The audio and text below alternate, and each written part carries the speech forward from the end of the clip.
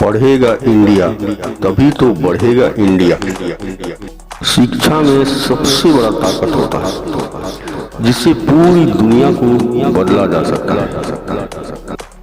नमस्कार दोस्तों, आइए आज मैं आपको राष्ट्रपति के दत्तक पुत्र विशेष जनजाति कोरवा से आपको मिलाता हूँ। कोरवा जनजाति जंगलों में निवास करने वाला एक जाति था जो आज धीरे धीरे गांव में बसने लगे हैं। आइए आज मेरे साथ बने रहिए और आज हम जानेंगे कि शिक्षा के प्रति इनका सोच क्या है और वर्तमान में इनके शिक्षा के प्रति सोच में क्या बदलाव हुआ है, उसे आज हम जानने पाएंगे। कोरोना हारेगा और हम जीतेंगे।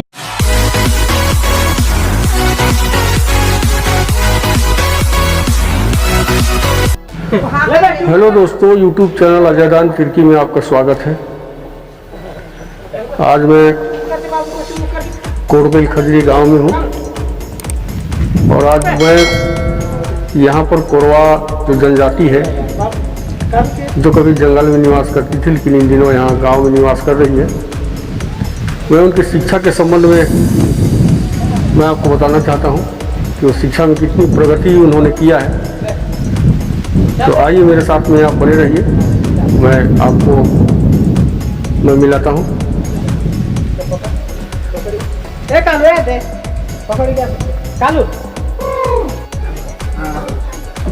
उनका घर है और ये बच्चा है और ये देखिए इसमें इन लोग ऐसा ध्यान रखते हैं इन लोग। और इनके घर में बिजली भी लगा हुआ है, ये देख सकते हैं इनका ये घर है। यहाँ पर इनका खाना बनता है, किचन भी इसी में है।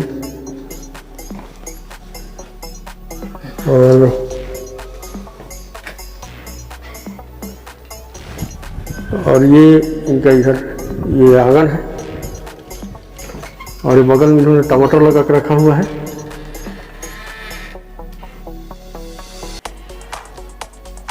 हम लोग इनके विषय में जानना चाहेंगे कि शिक्षा के विषय में ये क्या सोचते हैं और शिक्षा में कितनी आगे बढ़ रहे हैं इनके बच्चे, क्या पढ़ाई कर रहे हैं। तो नाम है आपका?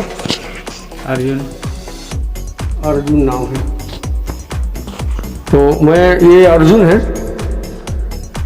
और ये विशेष जनजाति कोरवा में आते हैं।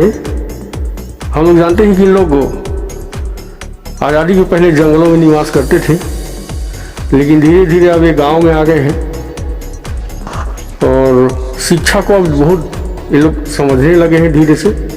तो आइए हम उन्हीं से जानना चाहें कि इनकी पीढ़ी में सबसे ज़्यादा पढ़ा लिखा व्यक्ति कौन है। अभी सबसे बड़ा कक्षा में कौन पढ़ाई कर रहा है? अभी तो कोई नहीं कर रहे हैं सर। अभी मिडिल में तक पहुँचे हैं। हाँ, मिडिल तक पहुँचे हैं। अच्छा। हाँ, उसके बाद छोड़ दिए हैं। उसके बाद हाँ। तो ये कह रहे हैं कि मिडिल तक जो है इनके बच्चे पहुँचे हैं या इनके गांव में जितने भी इनकी जाति के लोग हैं उनमें मिडिल तक ही जा पाए हैं, उसके बाद पढ़ाई को छोड़ देते हैं, ऐसा इनका कहना है। तो मैं इन्हें बताना चाहूँगा कि शिक्षा जो है बहुत ज़रूरी है। आप बच्चों को 8वीं पढ़ा के मत छोड़िए, आप उनको आगे भी पढ़ाइए और सरकार जो है पढ़ाने में बहुत सहयोग करता है और सरकार आपको पैसा भी देता है, ड्रेस भी देता है, किताब भी देता है, कापी भी देता है, छात्रवृत्ति देता है। और उसके अलावा भी आगे पढ़ाई करेंगे तो आपको बहुत सुविधा है। आप अपने बच्चे को डॉक्टर बनाएंगे तो भी आप आगे चल के फ्री पढ़ाई करेंगे, आपको पैसा नहीं लगता है। और जब तक आप पढ़ेंगे नहीं तब तक आगे बढ़ेंगे नहीं, है ना। इसलिए पढ़ाई जो है बहुत ज़रूरी है। आप लोग जो है पूरे गांव के लोग सलाह होकर के बिल्कुल बराबर बच्चों को भेजिए। सही बात है सर, सही बात है ये सब। अब भेजेंगे ना बच्चों? भेजेंगे। अभी क्या है कि हम लोग जो आदिवासी हैं, छोटा जाते हैं, थोड़ा पैसा कौड़ी में, थोड़ा पढ़ाई उढ़ाई में थोड़ा इधर उधर हो जाता है सर, इसीलिए बच्चे लोग भी जा नहीं पाते हैं स्कूल। हाँ। और लड़कियों को तो जल्दी शादी कर देते होंगे? हाँ, शादी तो नहीं किए हैं सर, जब तो 20 साल नहीं होने तक तो शादी। 20 साल के बाद ही? हाँ, 20 साल के ही बाद ही शादी करते हैं। हाँ। चलिए, और आप लोगों का काम कौन कौन सा काम करते हैं? हाँ, ऐसा रही गांव में खेती बाड़ी, हाँ हाँ मजदूर जान रहे हैं सर, एक दूसरों का हाँ हाँ इस से पेट गुजारा चल रहा है सर। हाँ हाँ, चलिए गरीबी रेखा में आते हैं। हाँ गरीबी रेखा में आते हैं सर, हाँ प्योर आदिवासी में सर। हाँ हाँ तो जैसा भी हो बच्चे लोग को जो है आप लोग स्कूल भेजिए, है ना। इस बार तो कोरोना के चलते स्कूल नहीं लग रहा है, मोहल्ला क्लास जहाँ लग रहा है वहाँ मोहल्ला क्लास में भेजते रहिए, ताकि बच्चे लोगों का पढ़ाई जो है जो जारी रहेगा। और सबसे बड़ा चीज़ मैं बता दे रहा हूँ कि आप लोगों को नौकरी में जो है छूट मिलता है ना। आप 12वीं पढ़ेंगे तो भी आपको नौकरी मिल जाएगा, है ना। और कॉलेज वॉलेज पढ़ेंगे तो बड़ा नौकरी मिल जाएगा, है ना। तो पढ़ाई में ध्यान दीजिए, देखिए तो आपका हर चीज़ बदल जाएगा, है ना। रहन सहन खान पान सारा चीज़ धीरे धीरे जो है बदल जाएगा। इसलिए शिक्षा को जो है विशेष महत्व दीजिए, बच्चों को बराबर स्कूल में भेजते रहिए, ठीक है। हाँ घर घर ये ज्ञान बताना है, पढ़ेगा बच्चा तभी तो आगे बढ़ेगा बच्चा।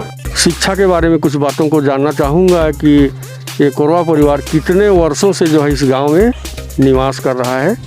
तो आप लोग कितने साल से इस गांव में रह रहे हैं? हाँ सर, हम लोग तो कम से कम 2-3 पीढ़ी हो रहा है सर यहाँ हम लोग मुड़कल खजरी में जीवन खान हो रहा है सर।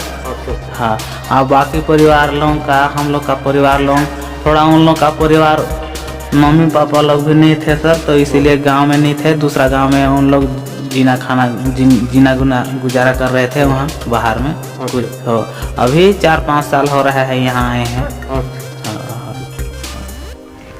तो आपसे मैं जानना चाहूँगा कि आपके बच्चे स्कूल जाते हैं? नहीं हो जाते हैं आप छोड़ दिन पढ़े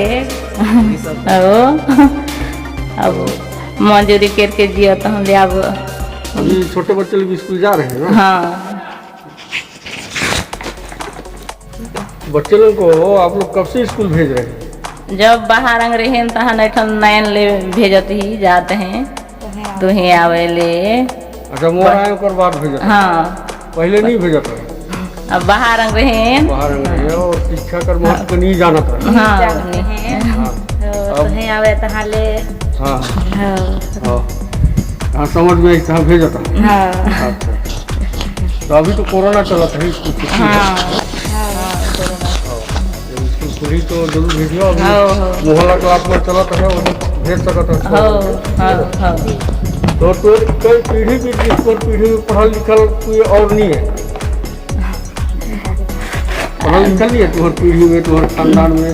ज़्यादा पढ़ी नहीं, 8वीं 9वीं तक पढ़ी नहीं छुआ मिडिल तक। अच्छा उसके बाद छोड़ी? हाँ हाँ छोड़ी नहीं। हाँ अब मत छोड़ो हो ना, उनके लगातार पढ़ाई हो जी, है ना जी। एवं पढ़ी तो नौकरी मिली, हाँ है ना? जी जल्दी नौकरी मिली। हाँ। जी 12वीं भी पास करी था तुरंत नौकरी मिली। जी एक 6 मन के भेजना बहुत जरूरी है ना। हाँ MA BA सब कराना है 6 मन। तब तुम्हार भी विकास हुई, परिवार का भी विकास हुई, तो बच्चा का भी विकास हुआ। ठीक है। हाँ तो कई परिवार है गाँव में? परिवार तो बहुत है लेकिन 20-25 परिवार ज़्यादा है। हाँ ज़्यादा है बच्चा परिवार ज़्यादा ही। हाँ लेकिन सब अलग अलग खाना उना बने कर हाँ। कोई भी साथ में नहीं रहे। हाँ हाँ चलो ठीक है।